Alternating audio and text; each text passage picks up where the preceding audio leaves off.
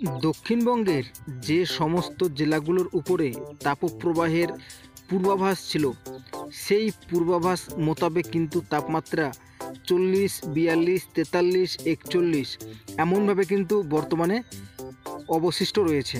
অর্থাৎ বলা যেতেই পারে যে আবহাওয়া দপ্তরের পূর্বাভাস অনুসারে তাপমাত্রা কিন্তু কাজ বেড়েই চলেছে।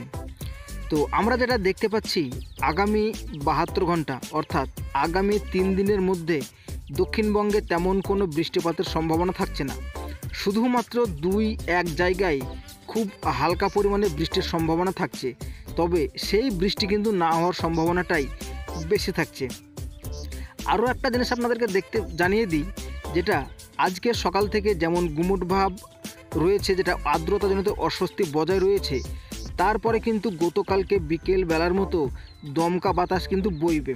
অর্থাৎ যেটা দাঁড়াচ্ছে আজকে সারাদিন গুমোট গরম থাকার পরে বিকেল বেলার দিকে একটা দমকা বাতাস বয়ে যাওয়ার কিন্তু সম্ভাবনা রয়েছে। তবে বৃষ্টির খবর বলতে আপাতত দক্ষিণবঙ্গে তো 3 দিন বৃষ্টি নেই, যেটা আপনাদেরকে জানিয়ে দিলাম।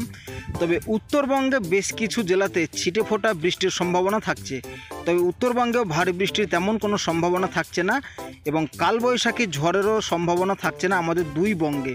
শুধুমাত্র বিকেলের পর থেকে দমকা বাতাস বয়ে যাবে। তো এটাই আপনাদেরকে জানানোর ছিল। তবে তাপমাত্রা আগামী 2-3 দিনে আর 1 ডিগ্রি করে বাড়বে, তবে আর বেশি বাড়বে না। মোটামুটি হাইয়েস্ট তাপমাত্রা 44 ডিগ্রি পৌঁছতে পারে। বন্ধুরা, এইটাই ছিল আজকের গুরুত্বপূর্ণ আলোচনা। ভিডিওটি কেমন লেগেছে অবশ্যই জানাবেন। ভালো লাগলে চ্যানেলটিকে সাবস্ক্রাইব করবেন, আর ফেসবুক পেজ থেকে দেখছিলে অবশ্যই পেজটিকে ফলো করবেন।